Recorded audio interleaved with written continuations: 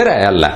Te olete kindlasti kuulnud, kuidas teie vanemad või vanavanemad mõnikord räägivad, et kuidas nõukogude ajal või kuidas nõukaajal olid asjad ikka teistmoodi. Ilmselt nad enamasti kiruvad, et kõik oli palju kehvemini, kõik oli nii imelik ja nii edasi. Mine tea, mõni võib-olla ka kiidab, et mõned asjad olid palju paremini.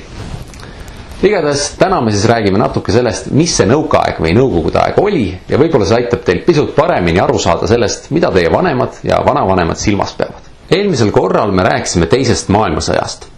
See sõda lõppes aastal 1945 ja maailmas taastus rahu ja mitmed riigid, mis olid vahepeal teiste riikide poolt vallutatud, said uuesti vabaks. Aga kahjuks Eesti, Läti ja Leedu ei saanud oma iseseisvust tagasi. Meil algas hoopis pikk Nõukogude okupatsioon, järjekordne periood Eesti ajaloos, mis kestis aastatel 1940 kuni 1991. See oli siis aeg, kui Eestit nimetati ENSV-ks ehk Eesti Nõukogude Sotsialistlikuks Vabariigiks. Hea, et enam ei pea riigi nime nii pikalt välja ütlema. Igatahes sealt tuleb ka ETV telesarja ENSV nimetus. Kuigi selles ENSV nimes on kirjas vabariik, siis see ei olnud iseseisev riik, vaid Eesti oli Nõukogude Liidu osa. Umbes nagu Järvamaa ei ole iseseisev riik, vaid see on Eesti maakond. Nõukogude Liitu kuulus 15 liiduvabariiki, mis on tänapäeval kõik iseseisvad riigid. Venemaa, Ukraina, Valgevene, Eesti, Läti, Leedu, Moldova, Gruusia, Armeenia, Aserbaidžaan, Kasahstan, Türkmenistan, Usbekistan, Tadžikistan ja Kõrgõzstan. Aga Venemaa oli muidugi Nõukogude Liidu selgelt kõige suurem osa ja ka see, kust Nõukogude Liit oli alguse saanud. Ja ka Nõukogude Liidu pealinn oli Moskva ja selles riigis oli üldiseks suhtluskeeleks vene keel, ehk siis pole ime, et seda nimetatakse mõnikord ka vene ajaks, mitte ainult Nõukogude ajaks. Kõik tähtsamad korraldused tulid Eestisse Moskvast ja Eestis endas otsustati ainult väga vähetähtsaid asju. Nõukogude Liidul oli mitmeid erinevaid sümboleid. Esiteks oli muidugi punane lipp, aga siis oli ka näiteks sirp ja vasar, mis tähistasid siis vastavalt talupoegi ja tehase töölisi. Ja siis oli veel ka viisnurk. Kuna paljudele inimestele seostuvad nende sümbolitega Nõukogude Liidu kuriteod, siis mõnedes riikides on lausa seadusega karistatav neid sümboleid kasutada. Näiteks, et kui lehvitad punast sirbi ja vasaraga lippu, siis see ei ole mõnedes riikides üldse lubatudki. Nõukogude Liit oli väga suur ja võimas riik. Pindalalt moodustas ta tervelt 1/6 kogu maailma maismaast. Ja oli ainult üks riik, mis oli Nõukogude Liidust veel võimsam, Ameerika Ühendriigid. Ja pärast teist maailmasõda kujuneski niimoodi, et need kaks suurt riiki hakkasid omavahel võistlema ülemvõimu pärast kogu maailmas. Ja ühel hetkel tekkis selline olukord, et mõlemal riigil oli nii palju tuumapomme, et hävitada kogu maailm, aga just seetõttu ei julgenudki kumbki üksteisega otse sõtta minna. Ja seepärast nimetatakse seda perioodi maailma ajaloos külmaks sõjaks. See tähendab, et päris sõjaks, kuumaks sõjaks ei läinudki. Ja see oli lihtsalt sellepärast, et sõdida oleks olnud liiga ohtlik.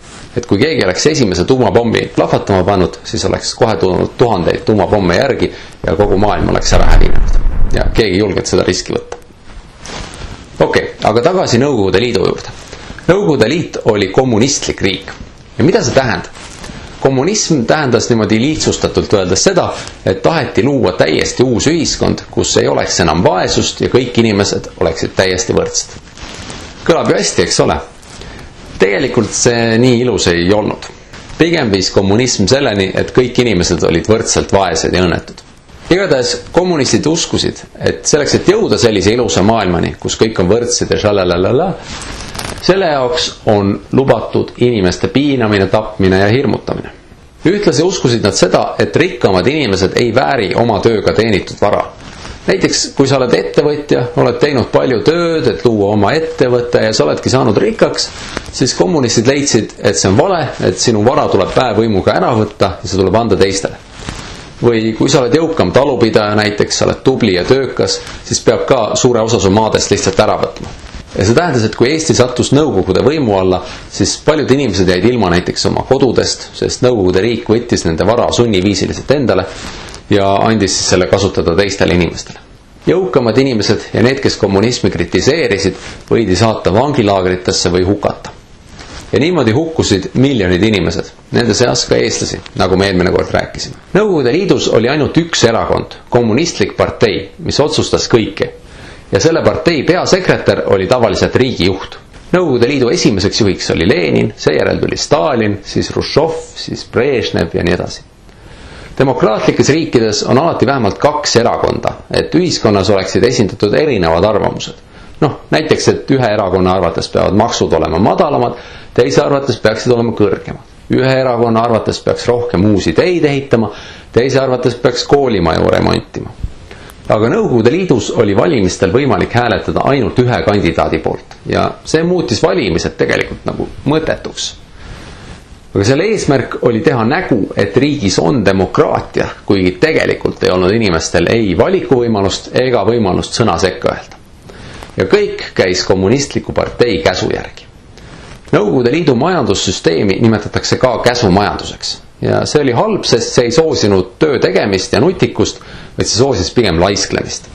Ja see viis omakorda selleni, et poodides ei olnud eriti kaupu, letid olid tühjad, valikut ei olnud ja need asjad, mis olid kehva kvaliteediga. Ja selleks, et üldse midagi saada, pidid inimesed seisma mõnikord tundide kaupa järjekorras. Selle tõttu oli Nõukogude Liidu elanike elatustase üsna kehv. Ja veel üks põhjus, miks see nii oli ka see, et väga suur osa selle riigi rahast kuulutati relvastusele. Tankidele, tuumarelvadele, tohutu sõjaväe ülalpidamisele, aga mitte inimeste heaolu tõstmisele. Ja selle relvastuse valmistamiseks ehitati väga suuri tehaseid, kus töötas tuhandeid töölisi. Mõned sellised rajati ka Eestisse. Töölised nende tehaste jaoks aga toodi tihti hoopis teistest liiduvabariikidest, eriti Venemaalt. Ja selleks, et kõik need inimesed kuhugi ära mahuks, ehitati tohutult palju suuri kortermaju. Ja niimoodi kujunesid sellised linnaosad nagu Tallinnas Lasnamäe, Mustamäe ja Õismäe ning Tartus Annelinn. Aga kuna neid võõrtöölisi tuli nii palju, siis eestlaste osakaal Eesti rahvastikus hakkas väga kiirelt vähenema. Ja ühel hetkel hakkasid eestlased väga tõsist muret tundma, et äkki me jääme varsti omal maal vähemusse ja siis surevad Eesti rahvas ja eesti keel üldse välja. Ühesõnaga, Nõukogude Liidus ei olnud eriti hea elu. Aga inimestel ei olnud lubatud selle üle ka kurta. Ajalehtedele ja televisioonile oli kehtestatud tsensuur. Tsensuur tähendab seda, et enne kui ajaleht trükkimisele läks, vaadati kõik artiklid üle.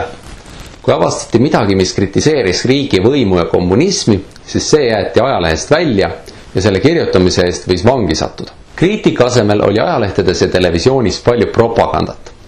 Propaganda tähendab seda, et räägiti, kui hästi kõik on, et kuidas Nõukogude Liit on maailma parim riik ja nii edasi. Inimestele üritati põhimõtteliselt teha ajupesu ja sisendada, et kõik on korras, pole midagi vaja muretseda. Ja paljudel inimestel polnud ka võimalik võrrelda, kuidas teistes riikides elatakse, sest Nõukogude Liidust välja reisimiseks pidi saama eriloa ja seda anti väga vähestele inimestele. Enamik inimesi lihtsalt ei pääsenud välismaale. Nad olid põhimõtteliselt nagu vangis omal maal.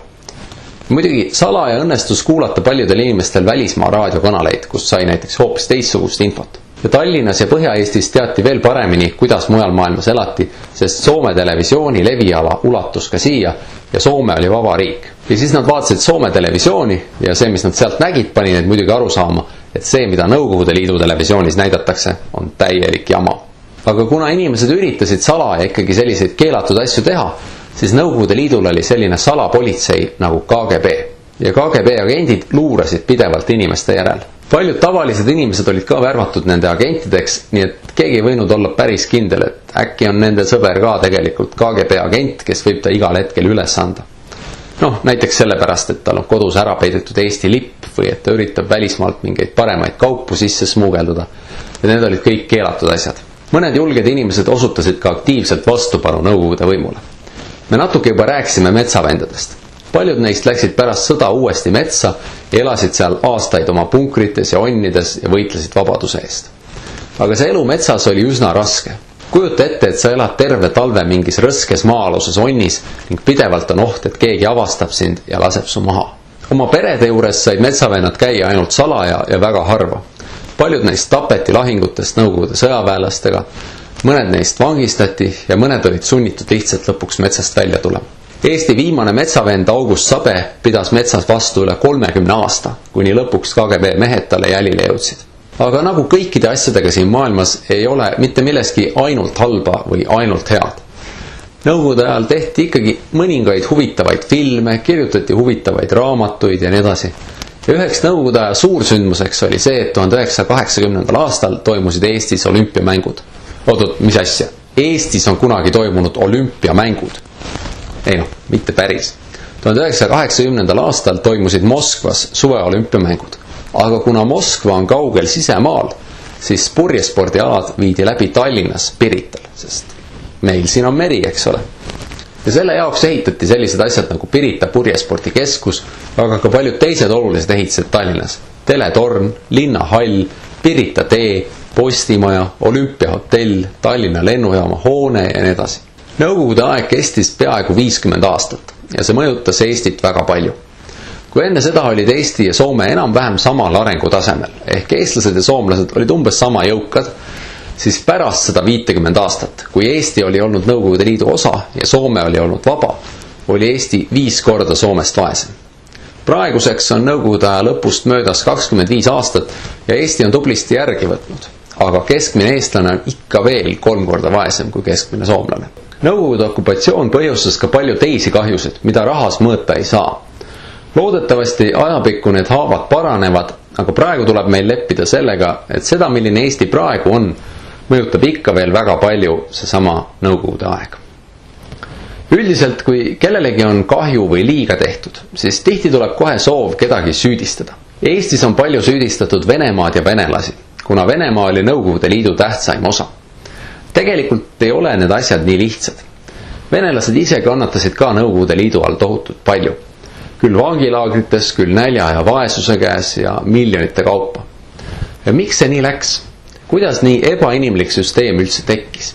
Mäletate, meil oli juttu sellest, et 1917. aastal oli Venemaa elanikkond meeleheitel, sest käimas oli suur sõda, kus Venemaal läks halvasti, oli palju ohvreid ja paljud inimesed olid näljas ja riigivõim oli saamatu.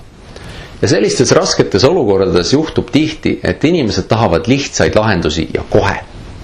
Ja nad ei mõtle selle peale, mis see võib endaga kaasa tuua. See on umbes nagu, et kui sa oled väga näljane, siis sa oled nõus ükskõik mida sööma, isegi kui see on sulle kahjulik. Ja sellises raskes olukorras kommunistid eesotsas Leniniga pakkusidki inimestele lihtsaid lahendusi. Lõpetame sõja ära, anname kõigile maad. Aga inimesed ei mõelnud selle peale, et võim koondus väga väheste inimeste kätte. Ja niimoodi on alati oht, et need vähesed, kelle kätte kogu võim koondub, on kas rumalad või hullud või mõlemad korraga. Ja siis nad võivad teha teiste inimeste elu täielikuks põrguks. Niisiis, igatahes süüdlaste otsimise asemel peaksime mõtlema selle peale, kuidas selliste asjade kordumist vältida. Ja ega siin lihtsaid lahendusi ei ole. Aga oluline on see, et me ei tohi lasta asjadel minna nii hulluks nagu Venemaal 1917. aastal. Ja me peame vältima võimu liigset koondumist ja kaitsma rahvavõimu ehk demokraatiat. Aga kui mõni teine riik juba on muutunud mittedemokraatlikuks ja agressiivseks ja ohustab meie vabadust, siis peame olema valmis seda oma riiki kaitsma. Selline jutt siis täna. Ja kuidas siis seda juttu kokku võtta?